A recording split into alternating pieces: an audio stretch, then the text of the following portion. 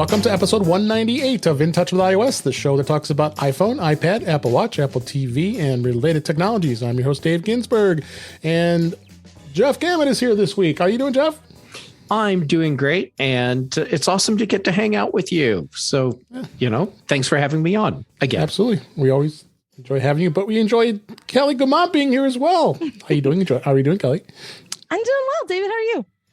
I am doing well. There's a fair amount of stuff to talk about this week. There's always activity. I think they just announced this thing called WWDC. It's going to be happening. We'll hit that and all kinds of other stuff. Got some tips that I found this week, but why not just dive right into the news this week? And as I mentioned, Apple did announce a digital WWDC 2022, which will be taking place June 6th through the 10th. 33rd annual Worldwide Developers Conference. It's going to take place during those dates. And as of the last almost now it's 3 years now, it'll be it's going to be virtual. Of course, prior to 2020, we were always able to enjoy it in person, but still they're not ready yet. I don't know why the decision was, but they are also talking about potential little events, and we even suggested maybe something like AltConf would happen, but I don't know. What do you guys think? I think they're probably gonna introduce iOS and macOS. I think. What? I don't know. I mean, it seems like a weird time to do it. Yeah, well, Apple breaking the rules. Yeah, it's not. I mean, of the things that Apple does that are predictable, this is one. Right. The keynote Monday morning to show people what's coming. Tim Cook comes out on stage in those shoes with the white soles and says good morning and tells all the developers how he's ruining their summers. That seems to have been pretty consistent for the last significant amount of time. I think what's going to stand out this year is at least the thing that I will be looking for in this is news about the Mac Pro, because while it's not usually a hardware event, this is one of the few times we've sort of had something pre-announced. Right. When we got the new Mac Studio, which by the way is what I've decided it's called. Studio. Just say the word. I am not taking questions at this time. You just need to know that's what it's called. And when they gave us that announcement of that machine, they said, all that leaves that hasn't been updated in our lineup is the Mac Pro, but that's an announcement for another day, or however they put it, and just kind of tossed it in at the end. And so I think this is where we're going to see that machine, whatever final form it takes. If it's some sort of Voltron situation of all the other ones all assembled together in some way, and we get to say that's great. Kelly, I'm thinking more of power rings, shape of a computer, form of water serpent, and that could work. I'm curious what iOS is going to do, because it doesn't really seem like. As an operating system, is pretty mature, so I'm not expecting to see any sort of groundbreaking feature there for the most part. Are they going to bring us things that are new and interesting? Yes. Sure. Last year, I really wanted it to be the year that they finally took iPad OS seriously and turned it into something that would really make a difference, especially now that there's a desktop class processor in this little portable guy. And so I'm going to say the same again this year and hope that I don't look silly doing so ahead of time. I really want them to believe everybody who says that this is a more than capable portable slice of computing, and I really want and would really like to be able to take advantage of all that power. So I hope that comes.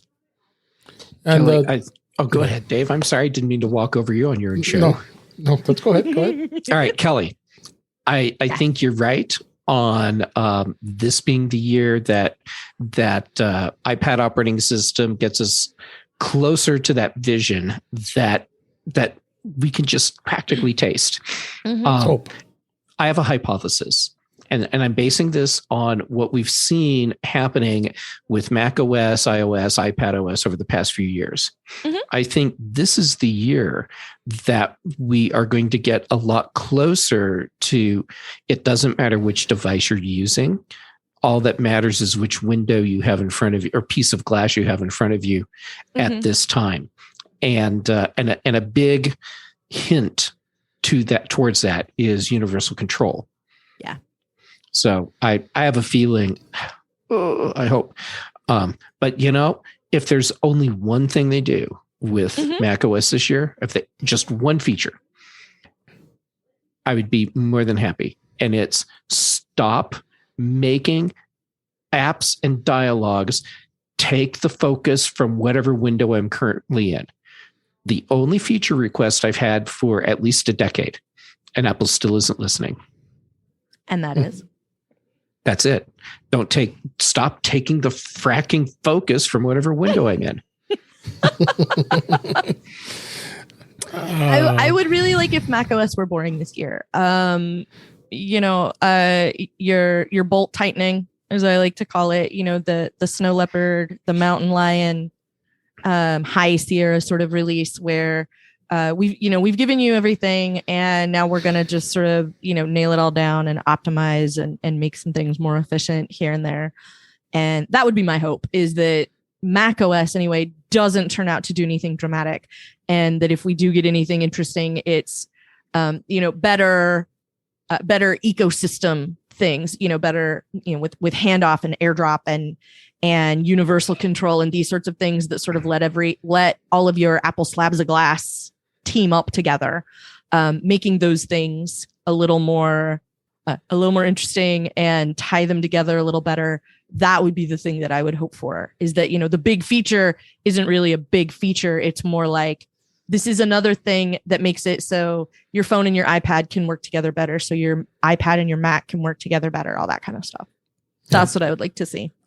So also, the event also had a press release that said there's going to be a call to code event, which Apple says it's putting together as a special day for developers and students on June 6th at the Cupertino campus, with select attendees and developers invited to have be part of a viewing party. So a lot of students and developers to attend and watch the keynote and the State of Union videos together.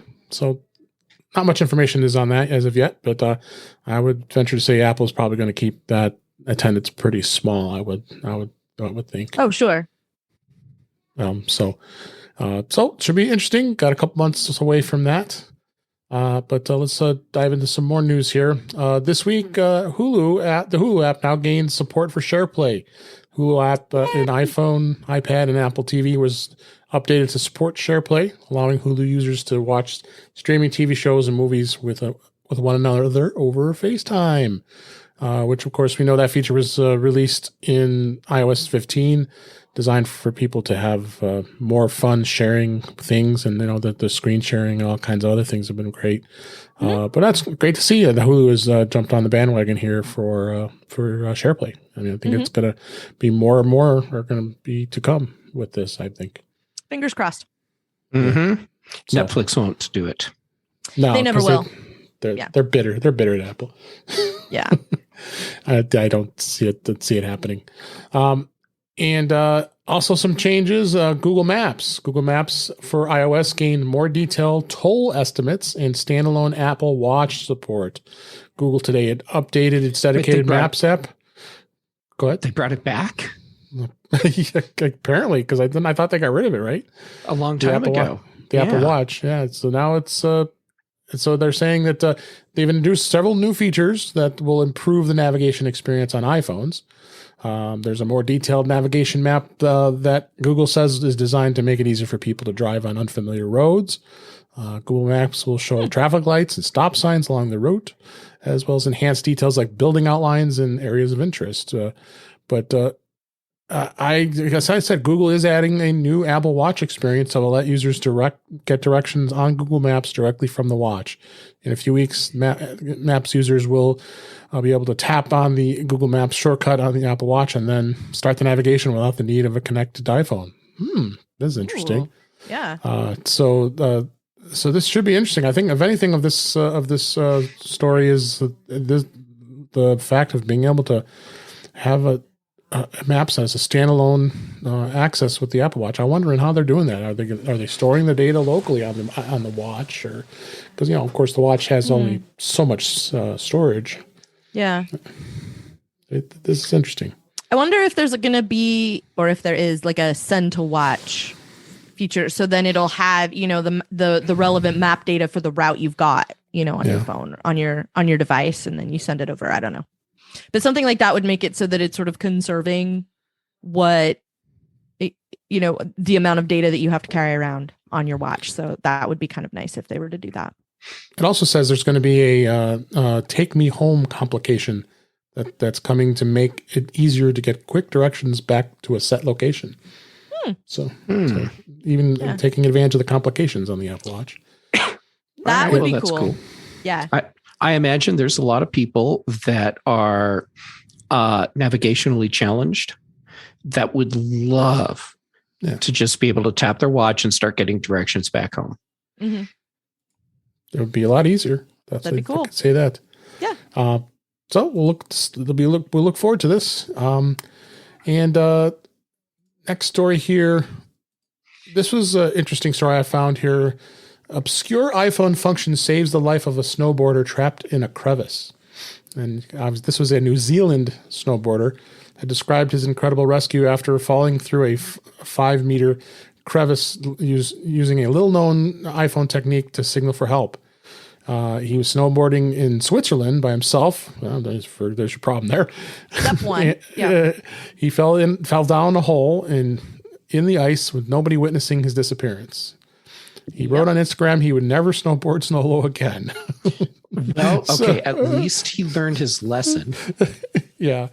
So he used what he used was the SOS, the emergency SOS on the iPhone. Yeah. While he was in the crevice, and the rescue services heard it, and they found him, and it saved his life. So that's good. I haven't seen too many anybody say anything about this feature, but because we know it, we've known it's there, but haven't really. Yeah, it's the emergency SOS can be sent when you click the side button 5 times. Okay, so here's the thing that I wish Apple would do, which is add a feature so you can put your iPhone in practice mode.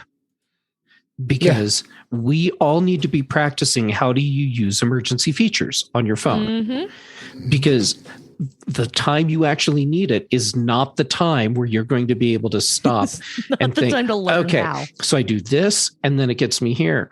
And like, seriously, I've been at car accident wreck scenes as they happen. And I've watched people pull out their iPhones and fumble. Mm-hmm. And while they're doing that, because they're trying just to get to the emergency thing, I don't even mess with it. I just unlock my phone and dial 911 and don't even use the emergency features. So we need to be able to disable it's alerting emergency services. Yeah. For tap the thing and then for 10 minutes or whatever.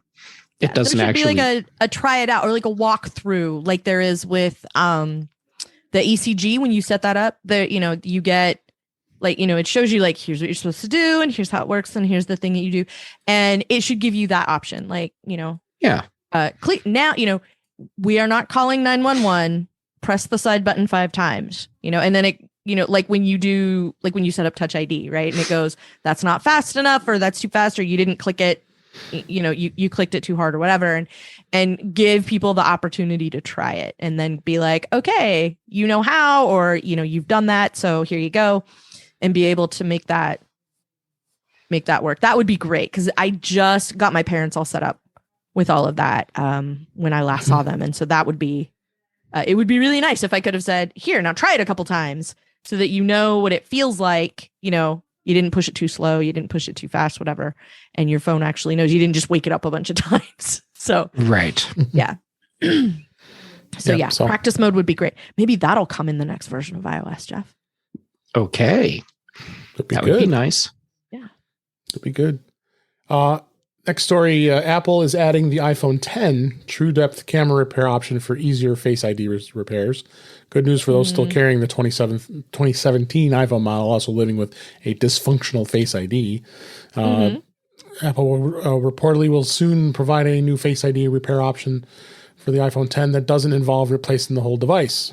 The option comes after Apple's recent shift to soon providing a True Depth camera for the option that fixed the Face Unlock feature of the 2018 10s or newer models but it didn't include the 10. So okay, Face ID can be a very difficult component to fix, and it looks like they're going to finally do that. There's still plenty of people out there using the iPhone 10. It's still perfectly good device. It's a good second tier phone. Like if you got it when it was new and you had it a couple 3 years and you've gone to a 12 or 13, and now the less technical person in your family has it, or it went to a kid or a parent or somebody, it's still a valid device, and having the Face ID work reliably for people is only an advantage. So I'm glad that they implemented this program in the first place, and I'm glad to see it expand.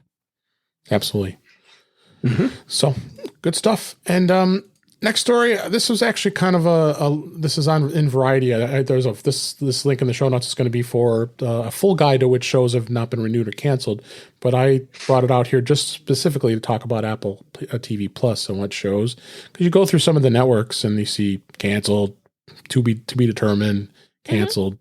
But you go through and scroll down to Apple TV Plus. A number of shows are going to be renewed. Acapulco, the after party, season 2 for that, and the Carpool Karaoke for season 5. Central Park, season 3. Deer, For All Mankind. So it keeps going, and we know Ted Lasso's back for season 3 coming soon. Even the morning show, I thought might not come back, and it did. So, so this is going to be a good scene. The reason I'm so excited is because Acapulco was a deeply charming slab of television. It's another one of those, everybody sort of presumes that streaming shows come in 1 hour increments, and this comes in half hours. And I adored it. It was so much fun and so entertaining. I love the mechanism that they're using. It's this guy who's telling the story of when he started working at this resort, and he's some sort of high powered dude now. And he's telling his nephew the story of how he got started in business and how he learned everything from this guy, because this guy ran the resort in Acapulco where he got his first job. And it is everyone in the cast is just perfect, pitch perfect for what they do. The show is really fun. It's all set in the 80s. So much of the hotel itself is obnoxiously pink. Everything is all of the stuff is very of its time. All of the costumes, the hairstyles, the way people speak, all of the things. It's just so charming and so fun. And if you haven't seen it, I cannot recommend it to you highly enough. And I'm not going to tell you what happens, but it's really fun to watch. And the way the season ended, I just went, there has to be a season 2, and I could not find any information about it. So I am very excited to find out that it's coming back, because I really need to know how it turns out. Other ones. Go ahead. Looking at this list, to me, it says that Apple has been very good at picking the right shows, because they're renewing basically everything. And there's a couple things that still are to be determined, but the majority of their lineup is coming back for another season. Only one that was canceled was Little Voice, and Little America's coming back for season 2. Yeah, Tiny World is still to be determined, and Schmigadoon also. And Trying is premiering in July. And Little Voice was it wasn't Apple that canceled Little Voice, right? There was some sort of something that people who were part of the show decided that they couldn't for some reason, if I'm remembering. Oh, okay. So it wasn't Apple went, oh, nobody watched it, so we're done here. It was like Sarah Bareilles is involved, and Sarah Bareilles was like, I can't continue because this thing or whatever. I don't remember if anybody ever said what it was, but it was like the people involved with actually making the program who decided not to continue. It wasn't Apple. I was a little confused. I was confused between that and Little America, which was very good. Little America was very good. I'm really glad to see that there's going to be more of that. So, as we talked about last week with Coda winning the Academy Award for Best Picture, it obviously see that a lot of traction going on with Apple TV Plus, and it'll just continue to go. This coming Friday will be the first week of baseball. For those who are not into baseball, I won't delve into that, but it's another option of live TV. This is going to be their first venture into live TV. So I'm going to be interested to see if. And I've been reading Apple is bringing a lot of the technologies that you never see in the normal baseball broadcast into this. So I'm going to be interested. I'm a baseball fan, so I would check it out. But I'm going to be curious to see. Yeah. Let me trade you spots for a minute because I want to ask you a couple questions as an actual baseball fan, which I am not. Full disclosure. Right. And most people I have on the show are not, so that's why I say I don't know why I was going to bring it up, but it's more so because of the technology. I'm interested for a bunch of reasons. And first of all, I've watched far more baseball than even baseball fans probably have in a lot of cases. However, that said, I would like to know what you think of it as far as the ecosystem, because the pieces of it that were interesting to me were Apple getting into this and saying, like, you can follow your favorite baseball teams on Apple News and get alerts about them. And there's going to be the streaming component that we get in the States that's not mostly going to be available in the rest in the other countries where you not in your local market. Right. But there's the 24-hour streaming thing where they're going to show like highlights from yesterday's games and things like that.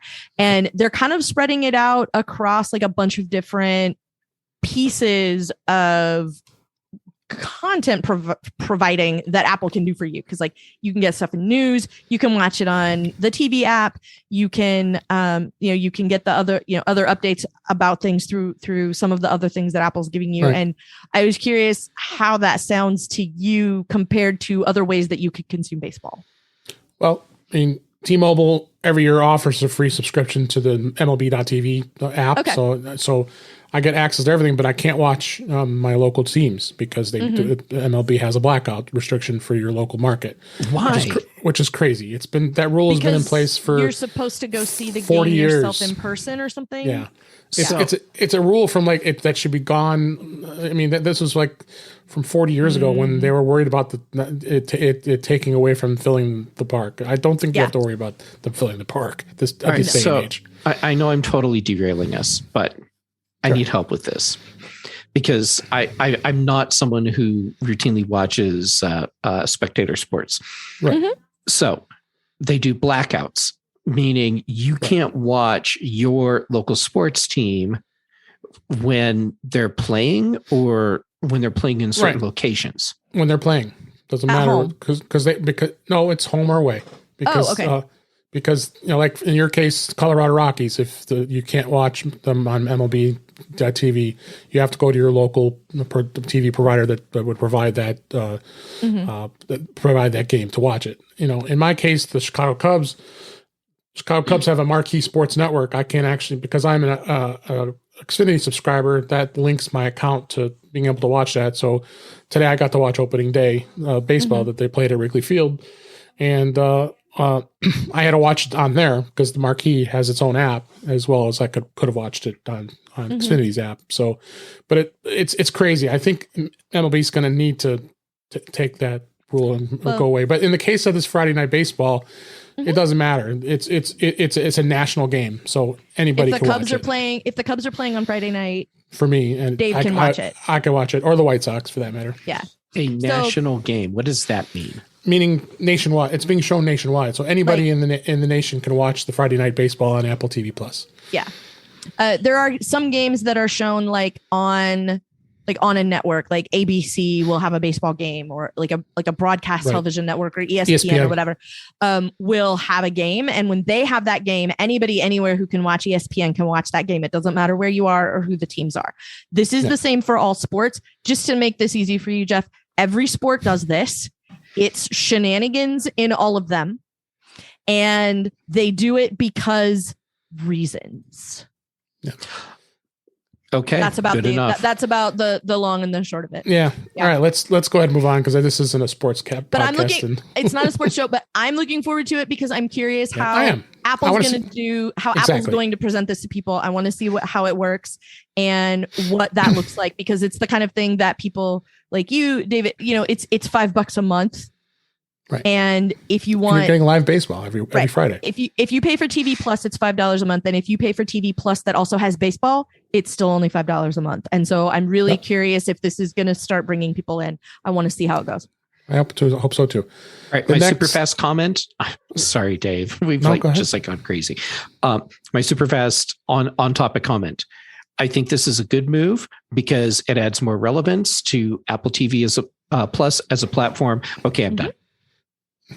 All right. Next story is HBO Max. They finally updated the Apple TV app with new features and improved stability. Warner Media today announced that they will be rolling out a revamped HBO Max app for Apple TV over the next few weeks. I think I got it today because I started playing with it and I was able to download it.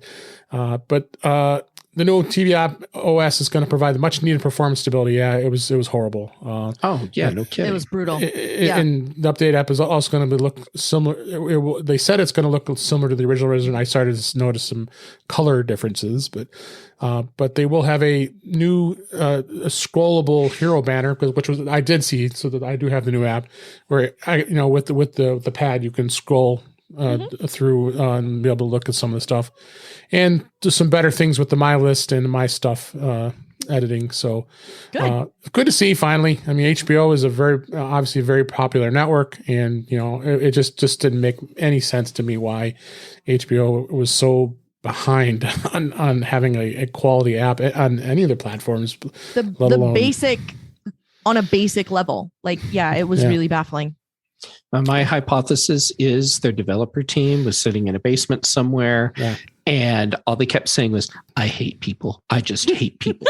I hate every person on this planet, and I'm going to make it burn right through this app." Well, now that AT&T is selling off the Warner Media, so it maybe we'll see some more improvements because we can live in hope. Yeah, we don't love AT&T. Last story for this week. Apple today actually released new feature updates to Pages, Keynote, and Numbers with productivity improvements and more.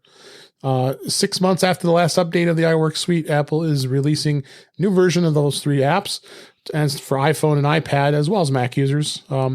Some of the features, I won't go through all of them, but there's a couple of notable features here. In Pages, you can publish directly to Apple Books with larger file sizes. They insert page numbers anywhere in your document, and quickly start writing a new document on iPhone and just touch and hold the Pages app icon on the home screen. That's always good. And then Keynote, they had a couple things enlarge slides to a maximum zoom level of 400%. Ooh. And edit font sizes more precisely with up to 2 decimal places. So the updates are out there. They won't come in automatically in your queue right off the bat. I went and just grabbed them by going to the App Store and opening the app, and it said, update. Yeah, they haven't shown in the updater interface yet. I understand what you're saying now. This is my shot talking or making me slow again. Yeah, I'm with you. I'll shut up. Hi, I'm glad to be here today. I'm Jeff. You're good. So you actually can go and open the app in the App Store, and then it will it'll force the update.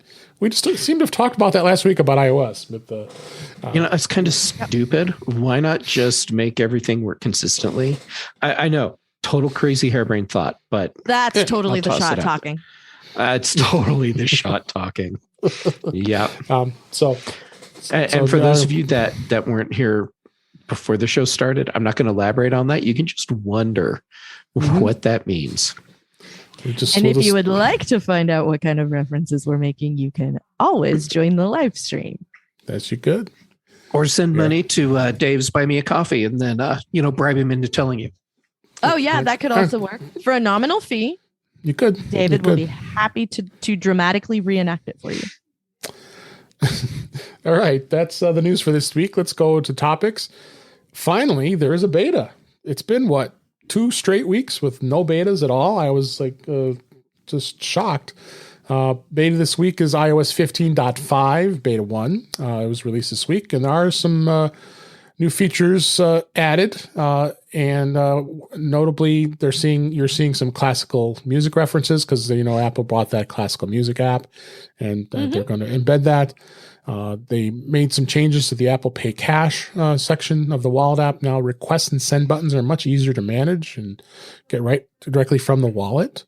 The Home app now has Wi-Fi signal bars that let you ensure that the HomePod has a connection in the Home app. Wow, there's a concept right there. God. You can actually you'll now know if your HomePods actually have a good signal. Wow. That's way overdue. But also universal control, according to their release notes.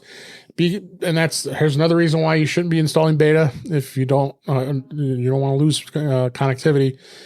In the new version, you have to have Monterey 12.4. It's not compatible with machines running 12.3, or 15.4. So you should update all your devices to the new betas. So Warren will be all over this. So probably already I was is. going to say, if you're really if he hasn't quiet, already. you can hear him updating now.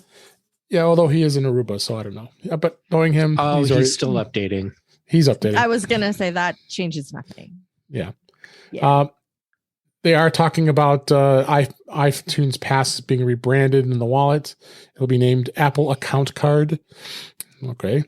And external links in Reader apps will add support to the external link account entitlement that is designed to allow Reader apps to add a link to an external website for account creation and management purposes.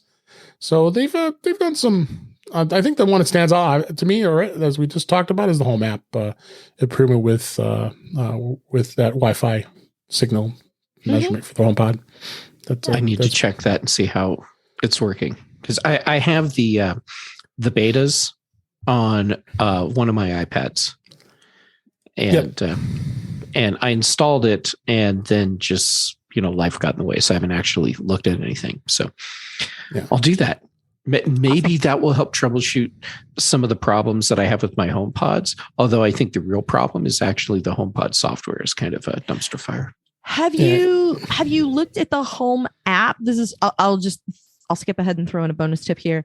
I opened the Home app the other day to look at something, and the thing that I was looking for, when I opened the Home app, at the top it said like for accessories need updated or whatever, and I tapped on it and it was like, hi, your HomePods have updates, want it? And I'm like, yeah. And so I hit update and I waited, and then it was doing it. So it's like a tiny bit better than the way it used to work, which was just sort of like if you leave your phone near a HomePod and a bottle of wine long enough, you magically get an update. Hey lady, that's so funny because I just hey lady, play got Barry drunk. White's greatest hits, and yeah. Oh yeah, baby. So I think you get something else if you tell her to play Barry White. But it gave me the opportunity to control the update. Like, which one do you want to update, or do you want to update all of them? And so it was just nice to see that I was getting at least sort of notified that there'd been an option for it. So I was sort of glad to see that advancement. So that was all. All right. And just briefly, WatchOS 8.6 is out as well. Nothing to report. tvOS 15.5 is out. Nothing to report, as we always expect. And as I always say, don't put beta on your primary device. Thank you. Unless you're Warren. I always like to put some discussion about CarPlay, because not a lot of people talk about CarPlay, but I think it's important to know about a lot of the good things that are available with CarPlay, and it does integrate really nicely with your iPhone and supported car systems. And we talked about it last week. That showed like a good laundry list of cars are now offering CarPlay, and going back at least 2 or 3 year model, 2 to 3 or sometimes 5 model years. So which is great. But there's always a selection of apps, and it's only specific apps that actually are supporting it. But I have a link here in the show notes for article I found, but I wanted to kind of talk about some of the apps that are available in CarPlay, and there's a long list. It's getting longer, but notably things like YouTube Music, Amazon Music, any music apps are pretty much going to be available. I use those a lot. I've actually come in handy. I've had to be driving to work and had to get on a Teams meeting or even a Zoom meeting. That does work with CarPlay, and you actually can get on an audio only call to join a meeting so you don't miss it. So that has it. And then, for those of you who like Dunkin', you can get your coffee and actually do mobile ordering. I don't know how that is safe while you're driving, but I guess Apple did allow it. So, okay. So there's so many other apps, MLB and sport, any of the sports. I won't get into sports again here, but there are a lot of sports apps with being able to listen to, whatever there is there. Pocket Cast, Downcast, some of the podcasting apps we talked about last week, are on there. Even have a Scanner, Radio, Police and Fire. I haven't tried that one. I got to check that one out. And then Waze, of course, and we know how you like Waze, Jeff. So my favorite. So there's a good long list of stuff that is supported, and the cool thing is you can add or remove. Okay, of course, SiriusXM if you're a SiriusXM subscriber, which is kind of redundant for me because I have the SiriusXM built into the radio as well as I can use the app. But the app does have for SiriusXM, there are channels that aren't available over the satellite air that you can listen to over the stream. So that's a different one. But TuneIn is another one. So they've got a really good list of apps that are available, and I think it's important to know that it is usable, and they've gotten a lot better with it over the years.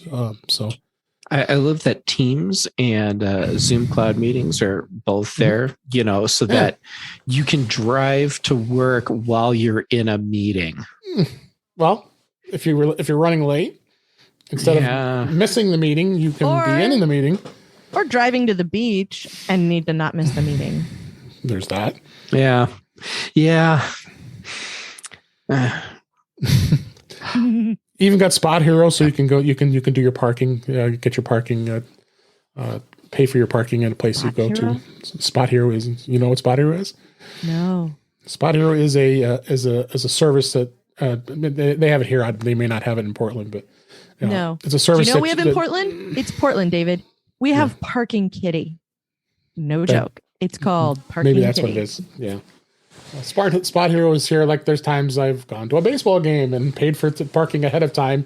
Yeah. At Wrigley Fields or any other location in downtown Chicago, I can get parking and pay for it ahead of time and not have to mess around with getting the ticket, finding the place to park, and because it's a guarantee that you have a spot. So that's handy.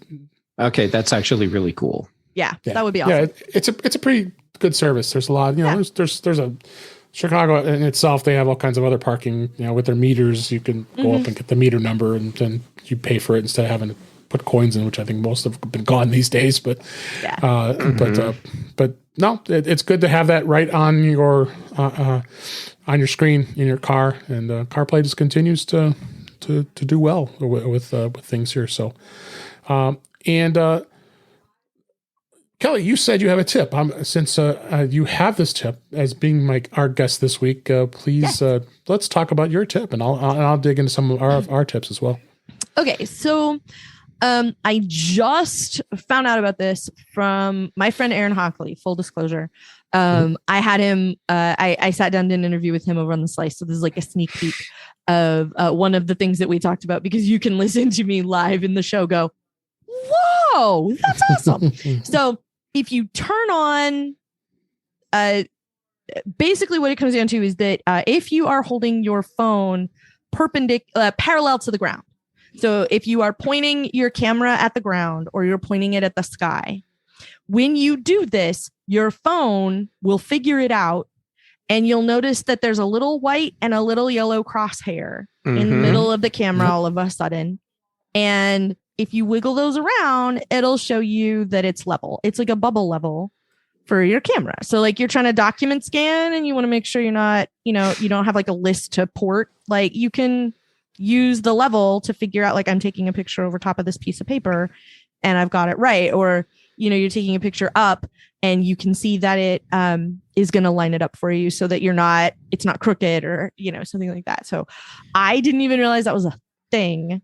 Mm-hmm. And it's awesome. So there you go. Kelly, I have a question about that thing. Because first, I apologize. I didn't know you didn't know about that. You're fired. And Yep, rightly so. But do you know if it works all the time or only when you have the grid on? Because I always have the grid on. I guess I could turn the grid off and find out. Well, to my knowledge, it has to be flat. Well, right. But you know how you have the grid view turned on? The grid, I don't know. Let me look at my camera. I have the grid on. Because for me, I have the grid on. Yeah.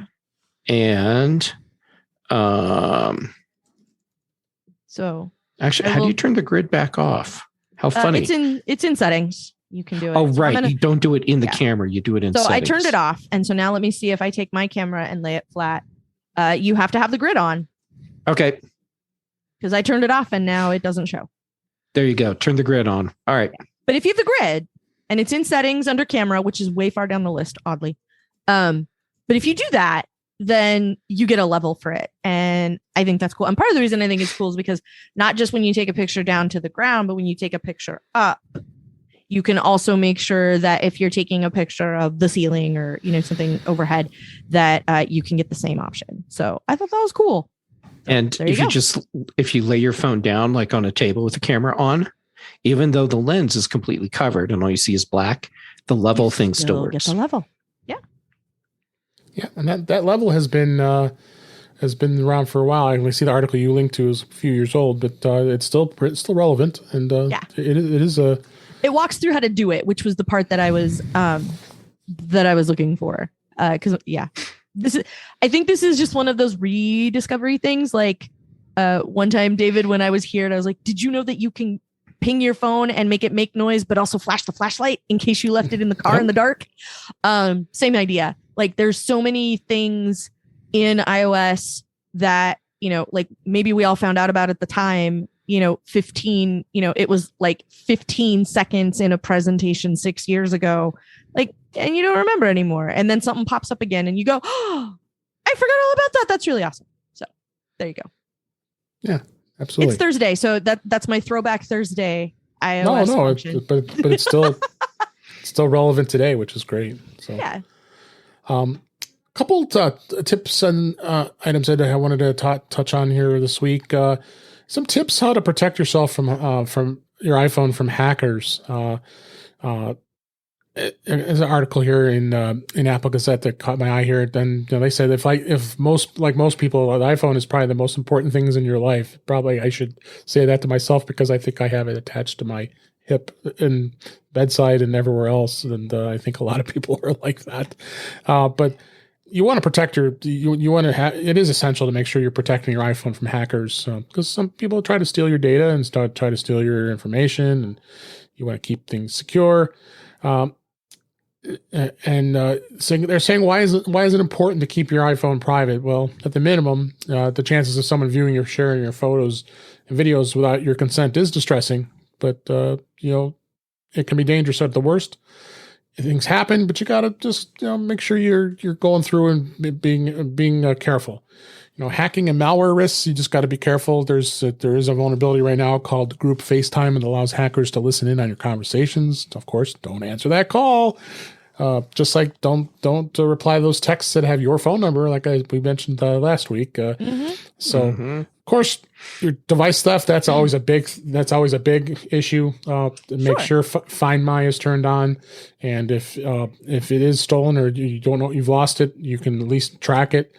And Apple's done a much better job of stopping these would-be thieves to try to disable it, because once it's locked, it's impossible to get in. Data harvesting and other privacy concerns, always a number of ways compromising, like through collecting personal data without consent, all that stuff. It's just super important to make sure that you just keep yourself careful.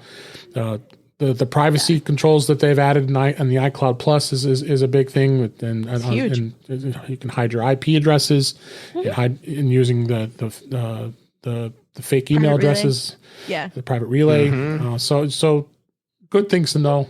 And just another thing is make sure you're installing all the updates. Like 15.4.1 was a huge security bug. Make sure that's installed, and I always talk about that all the time. So that's a lot of the tips. And you guys can think of anything else that comes on your mind or that I missed as far as security and making sure you keep your iPhone secure. The thing that we used to say, that's still weird, on Security Friday over at Daily Observations is that you should be 10% skeptical of everything that comes as a text, that comes to your inbox, whatever. If Jeff says, I have an attachment, I'm going to attach this file to an email and send it to you, then when I get that email, I still need to make sure that it says it's from Jeff. I still need to make sure that the file name is right, that it's, it doesn't say PDF at the end, but is really .app, things like that. Make sure it's actually Jeff's email, all that stuff. Like even on things I'm expecting, like to take a second and be like, okay, let me take a second and just sort of make sure it passes all the basics. And then, and the minute it doesn't, find a completely different communication avenue to talk to that person. So, if Jeff sends me a text, maybe I'm going to call him or I'm going to get on Slack and be like, hey, Jeff, this was weird. Was it you? And Jeff goes, yeah, it was the shot talking. Don't. It was the shot. Okay. Shot. So, just always at the barest minimum. And part of the reason for that is because one of the first sort of hacks we all had to defend ourselves from was somebody with a Yahoo email address that had a bad password. And now somebody scooped up all those contacts and is masquerading as Aunt Betty and trying to tell you, whatever they're trying to tell you. And those sorts of things are a problem. Are a problem for that reason. And so, now they have all your contacts and know that you are somehow, maybe you have maybe you have all of the same last name, right? And so now, I'm pretty sure you're a family member, so I'm going to tell you, hey, fam, or whatever. And so, that's, that kind of stuff you always have to worry about. And that's what, for most people, that's where it all started was, or Facebook, so there's a fake profile on Facebook going around friending all my friends and telling them I need $10 or whatever. And, you have to really watch that stuff and always make sure. And part of the, and because they've been at it for so long, some of them are really sophisticated.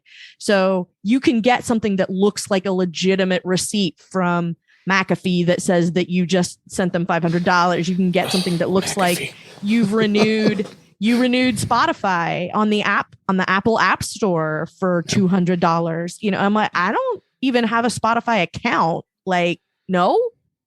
And, and I look at him, I better report wait.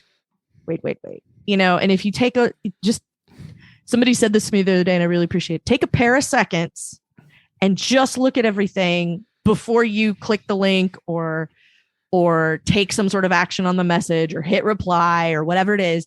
Always double check because you never know when that thing is going to be the fake thing. And if you think it's real, and the bank emails you and says, just disregard the email and go log into the bank and see what the bank has to say for themselves. Because if it's that big of a deal, you're going to see it when you log into your account. There'll be a banner at the top or something. So just try and pay a little bit of attention to that stuff before you take action would be the biggest thing. Yeah. Thanks. I appreciate your insights. I always remember that you had a lot of that security discussions here, and that's a good way to get this information out to everybody here. So, next tip I wanted to talk about was the Notes app. I absolutely love the Notes app. I use it all the time. I don't know about you guys, but I just find it to be just a easy way to put notes. Like when I see stuff that's grabbing the notes for the show, it's so easy to just add information to a new note on the fly. So I really appreciate that. Excuse me. And the Notes app has 7 different ways where you actually can make a new note. I don't know if everybody realizes that, but the first place is probably one that's most convenient is the fact that you can tap and long press the Notes app icon on an iPhone or an iPad, and you can get right to a new note. I mean, it also gives you options for the new checklist, a new photo, to scan a document. That's a huge new feature they added. We've talked about. From within the Notes app itself, you have that you open it up and it's got the icon, the little square with the pencil. Just tap that and create a new note. From the lock screen, you can add that in the control center, having a new notes option. If you just want to swipe down, tap that icon, it brings you in there. There's another easy way to get a note. On the iPad, you have what's awesome. I love that is being able to go from the lock screen with the Apple Pencil. You just tap the lock screen, it'll create a new note. There's swiping from the corner, and that also you can do that. You can do that on a Mac as well, but the iPad having doing a quick note. Whether you swipe it with your finger or use the pencil and be able to write a note, which is awesome. There's a new quick note iPad keyboard shortcut that you could use, which is the hitting the global Q or the function Q will create a new note from anywhere. And of course, there's always Siri. You can always create a note just by saying, "Hey, you create a note," and it comes right up.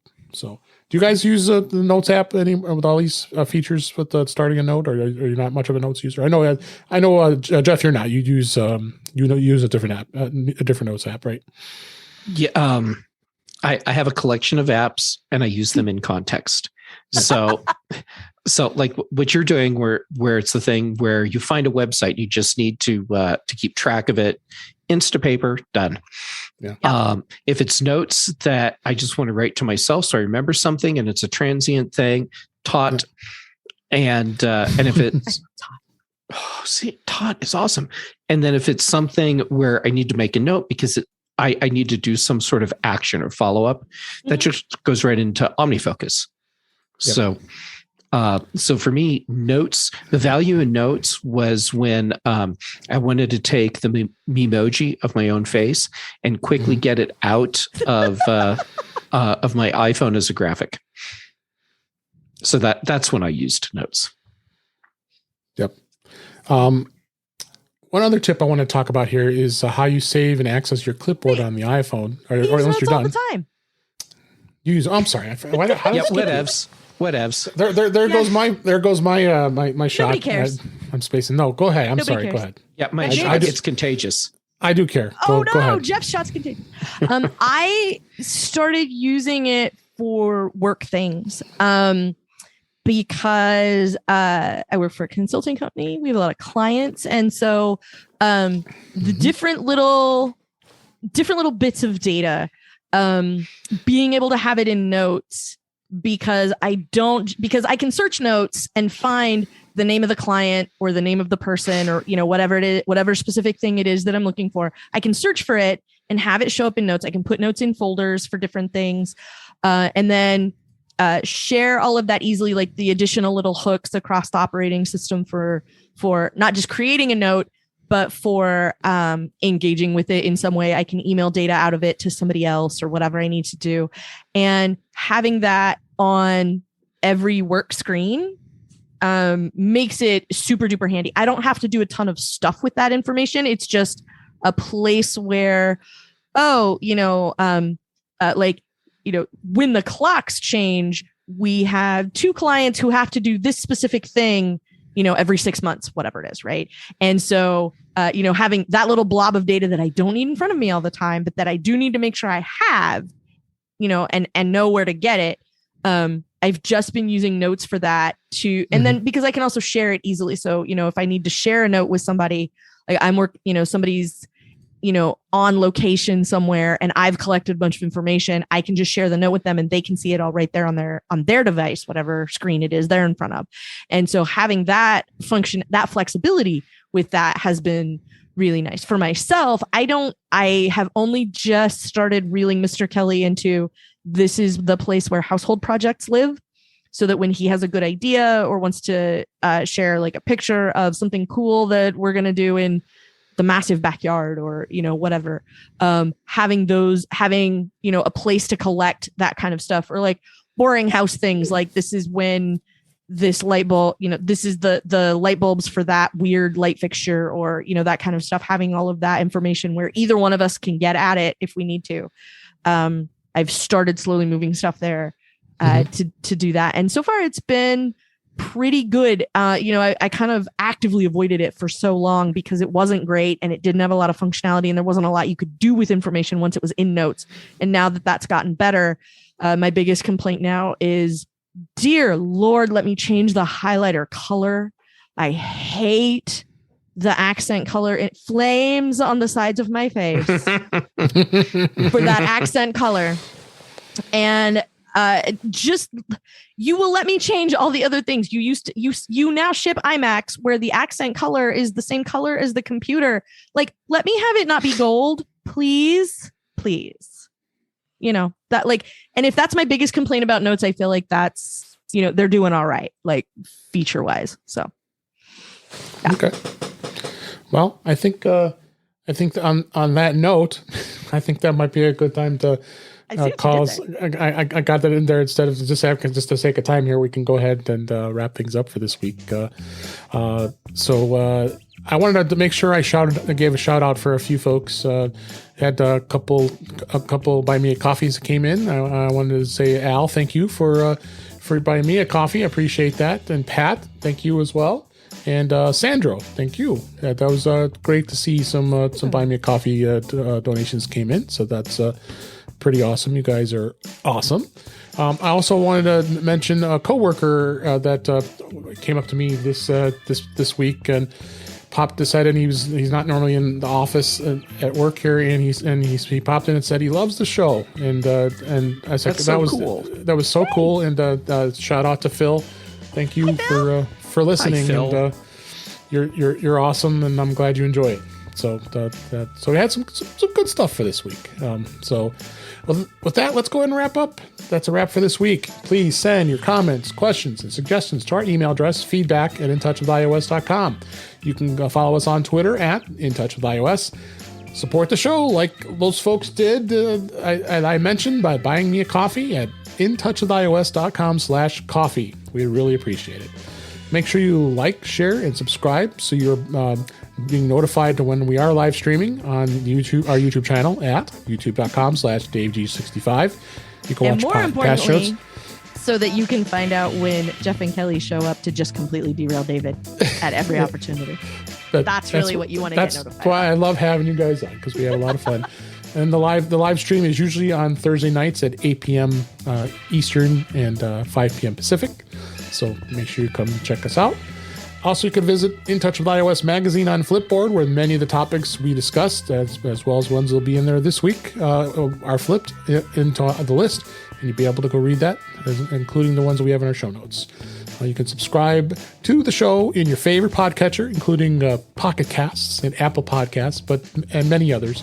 But better yet, go to our website, intouchwithios.com. That's where all the ways to link to us and listen to us are there. I am Dave Ginsburg, and you can find me on Twitter at DaveG65. Kelly Guimont, as always, I love having you on the show. Thanks for being here. Where can people find you? Well, you can find me on YouTube, where I'm slowly spinning up my YouTube channel for The Slice, which is my new website, and it is over at theslice.tech. You can find me there, and you can find me on the Incomparable Network, occasionally rabble-rousing over there, as I am wont to do. And on my own show, I Want My MCU TV, where we talk about the current, whatever the current may be, Disney Marvel show that is streaming on Disney Plus. I'll figure it out. I'm out of words. And I think that's my shot talking. And so you can hear me on I Want My MCU TV, where Don Melton, Lisa Schmeiser, Nathan Alderman, and myself will be talking about Moon Knight for the next little while. And the rest of the time, you can find me on The After Show with Mike Rose, where we also give shout outs to our listeners. If you publicly admit listening to us in public, we will say hello to you on the show in perpetuity. I haven't admitted it. It's been known to happen. And the rest of the time, you can find me on Twitter as Verso. Thanks. Jeff Gamet, as always great having you here. Where can people find you? But it's always a blast getting to be here. First, if it looks like I've been in an earthquake off and on throughout the evening, my office manager, Kat, has been very demanding this evening and keeps hopping up and moving around the desk.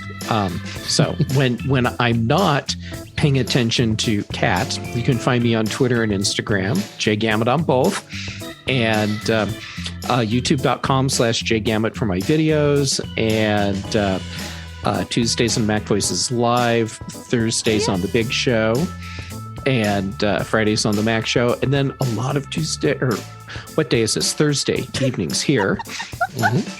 And then Brian Chaffin and I have teamed up for The Context Machine. Good stuff. Thank you so much. And thank you for listening. We really appreciate it. And all I can say is we'll talk again soon.